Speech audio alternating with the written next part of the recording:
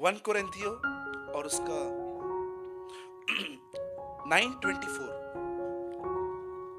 Brother Vijay please you read.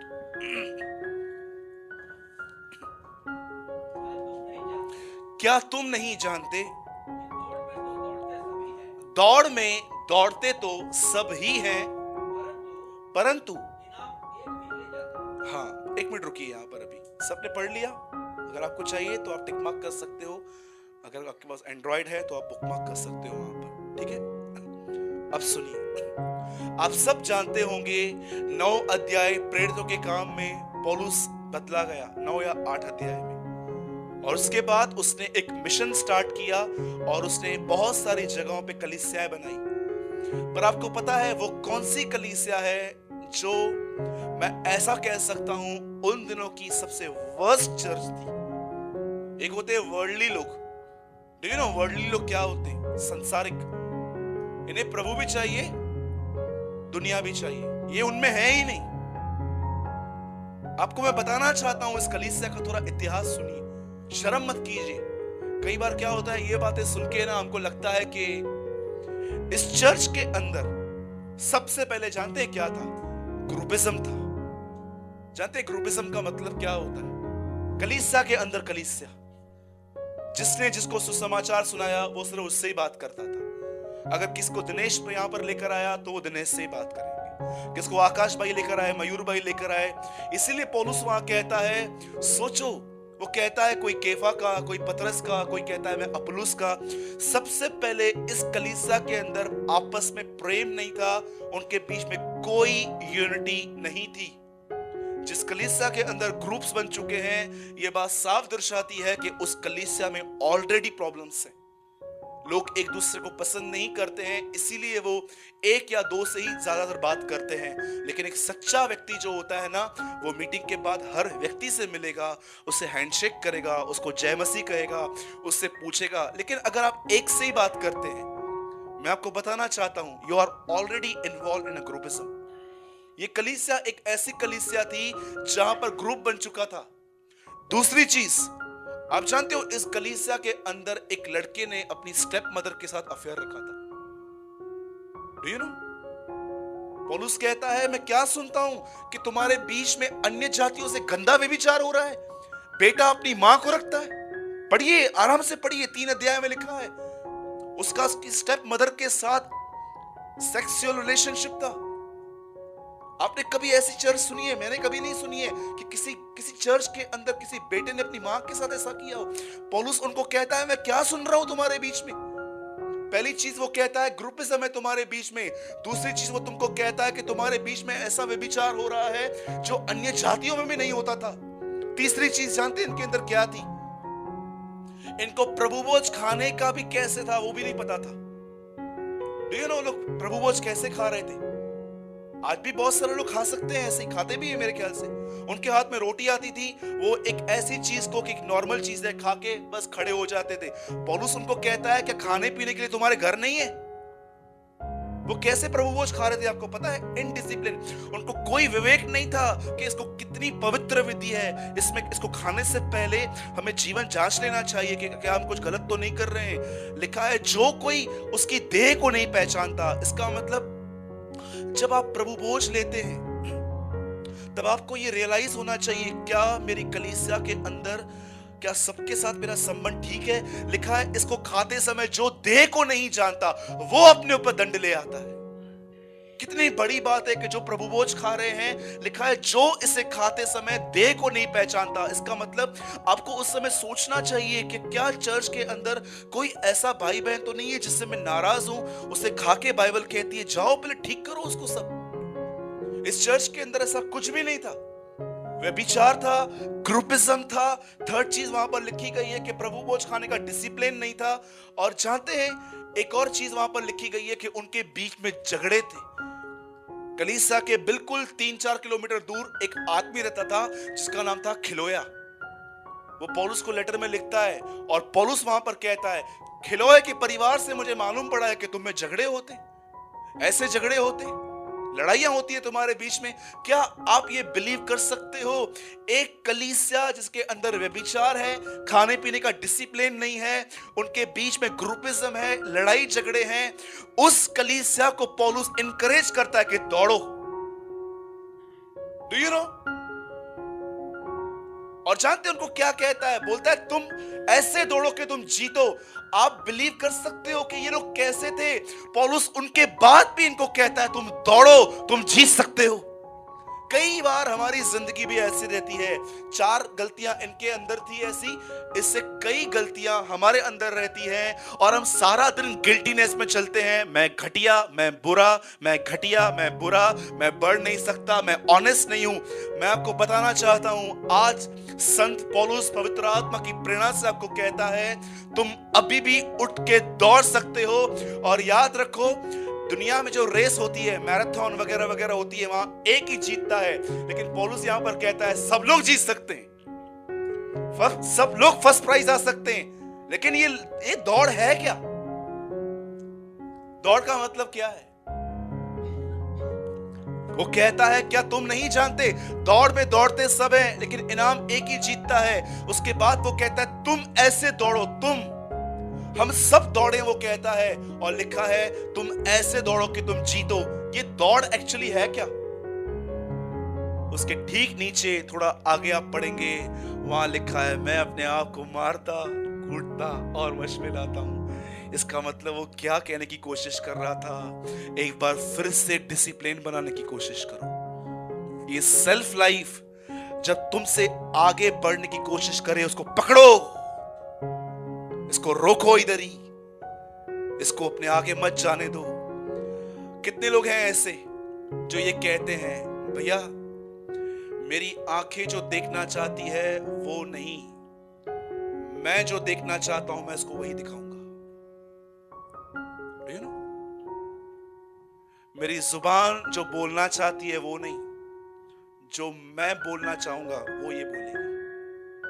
बदल मेरा बदन कुछ खाना चाहता है, लेकिन ये वो नहीं खाएगा, ये वो खाएगा जो से मैं कहूंगा। हमेशा हमारे अंदर का जीवन हमसे आगे दौड़ने की कोशिश करता है। पौलुस कहता है उसे पकड़ो, ये तुम्हारी दौड़ है। मैं तीसरी बार दोहराता हूं, ये आंखें कुछ देखना चाहती हैं, लेकिन आप कहते हो नहीं, तू वो नहीं देखेगी जो तू देखना चाहती है, तू वो देखेगी जो मैं तुझे देखने के लिए कहूंगा। इसे कहते हैं डिसिप्लिन। आजकल ऐसे बहुत सारे प्रोग्राम्स चलते हैं टीवी पे, जिसमें है ना, अधिकतर सीरियल्स में एक लड़की आएगी फैशन करके, बड़े घर में घूमती रहती है, इशारों में बात करती है, लेकिन आपको शब्द सुनाई देते हैं। यू नो, इशारों में बात करती है, लेकिन आपको सब सुनाई देता है। सास भी कभी बहू थी, ससुरा भी कभी दामाद था, ये जो सब चलता रहता है, यू नो, जो ये चलता है। क्या अपने आप को आप बोलते हो नहीं, मैं जानता हूं तू ये देखना चाहता है, लेकिन तू वो देखेगा जो मैं दिखाना चाहूंगा। चल बाइबल को रीड कर अच्छे से। पौलुस कहता है लड़ाई ये नहीं है कि हम बस सब जगहों पे जाएं, प्रचार करें। वो कहता है मैं अपने आप को मारता, कूटता, वश में लाता हूं। मारने का मतलब क्या है? क्या वो अपने आप को चाबुक लेके मार रहा था? वो अपने उस जीवन से लड़ रहा था जो वो जीवन आदम से लेकर आया था। मैं कई बार देखता हूं, मैं जो चाहता हूं, मैं बहुत इंस्पायर्ड होता हूं कि मैं ये करूं, मैं ये करूं, मैं ये करूं। फिर मैं देखता हूं क्या ये खुदा के वचन में है, और अगर नहीं है तो मैं कहता हूं ये तुझे नहीं मिलेगा, तुझे वो मिलेगा जो तुझे मैं करने के लिए कहूंगा। कितनी बड़ी बात है। मुर्दों में से जिंदा होने के बाद जब पतरस उसकी कब्र पे गया तो वो कहता है यीशु मसीह का अंगोछा खुला हुआ नहीं पर लपेटा हुआ पड़ा था। कितनी बड़ी बात है। पतरस दौड़ दौड़ के कब्र में गया और उसने यीशु का शव नहीं देखा, लेकिन वहां पर यीशु मसीह का जो कपड़ा था वो ऐसा लपेटा हुआ पड़ा। आप जानते हैं यीशु के सर से एक अंगोछा पूरा और एक यहां से लेके दूसरा कपड़ा बंधा हुआ था, और जैसे पतरस वहां पर गया वो कहता है मैंने कपड़ा लपेटा हुआ देखा। कितनी बड़ी बात है। यीशु मुर्दों में से जिंदा हुआ, उसे कपड़ा उतारा और जैसे वो कब्र से निकल रहा था, उसने वो कपड़ा लिया, लपेट के वहां रख दिया, ये दिखाने के लिए कि मुर्दों में से जिंदा होने के बाद भी डिसिप्लिन क्या है मैं जानता हूं। Wow, read it. डिसिप्लिन सिर्फ ये नहीं है कि अच्छे कपड़े पहने, हमारा हेयर स्टाइल अच्छा हो, हमारे पास सेल फोन्स अच्छे हो, हमारा शू अच्छा हो। मैं आपको बताना चाहता हूं जो सबसे अच्छा डिसिप्लिन होता है ना, वो है कि आप उतना ही बोलेंगे जितनी आपको आवश्यकता है। That is a greatest discipline जो परमेश्वर हमसे चाहता है। एक ऐसी कलीसिया जो व्यभिचार में, झगड़ों में, लड़ाइयों में, ग्रुपिज्म में, उनके बीच में कोई यूनिटी नहीं थी। पौलुस उनको इनकरेज करता है कि तुम आज भी उठो, आज भी दौड़ो, और मैं तुमसे कहता हूं तुम सब जीत सकते हो। हम लोग क्यों सोचते हैं कि हम हारे हुए हैं? कई लोगों को देखो, उन्होंने अपना चित्र ही अपने अंदर खराब करके रखा है। आप उनको बोलो, सिस्टर भैया कैसे हो? अच्छा हूं। अरे आप तो बहुत अच्छे हो। बोल क्या काम है, क्या काम है, क्या चाहिए बोल। हम लोग एक्सेप्ट ही नहीं करते हैं कि हम प्रभु की, हम क्या हैं।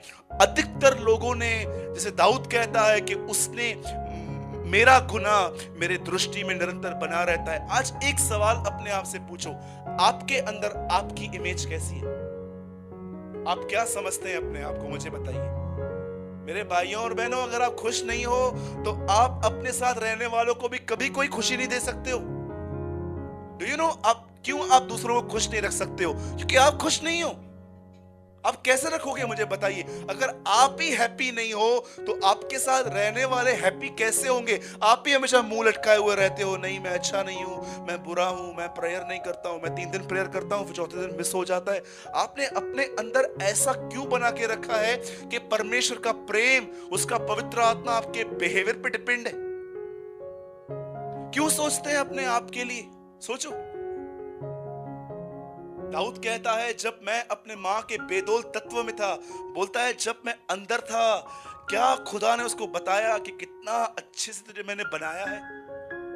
मैं सबसे पहले चाहता हूं आप सब अपना दाहिना हाथ उठाइए और कहिए मैं यूनिक हूं। हाँ, और बोलिए मैं, बोलिए खुदा ने मुझे सबत के दिन बनाया। हाँ, अभी बाजू वाले को ये मत बोलना तू फ्राइडे के दिन आया था इसलिए तेरा नाक टेढ़ा है। याद रखिएगा, आप सब यूनिक हैं, आप सब मास्टरपीस हैं। मैं क्यों बोल रहा हूँ सबत के दिन बनाया? क्योंकि सबत के दिन प्रभु को कोई काम नहीं रहता है और उसने आपको आराम से बनाया था। राइट है? मेरा नोज लंबा है, इसका मतलब ये नहीं है मैं फ्राइडे को बनाऊं, मैं भी सबत के दिन नहीं बनाऊं। हो जाता है कभी कभी, इसमें क्या है, थोड़ा मम्मी के पेट में हिल गया था इसमें।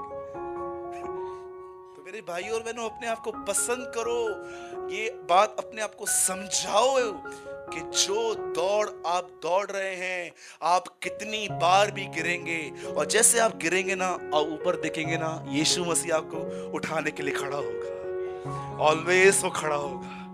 आप 100 बार गिरेंगे, आप ऊपर देखेंगे ना, वो आपका पतरस जब डूब रहा था, सोचो अगर मैं होता पतरस की जगह तो मैं क्या करता, या आप होते तो क्या करते। समझिए, आप सामने पतरस बोट पे खड़ा बैठा हुआ है और आप पानी पे चल रहे हो, और वो कहता है प्रभु मैं भी आऊं, कम आजा, दिखा, शो ऑफ कर सबके सामने, आजा।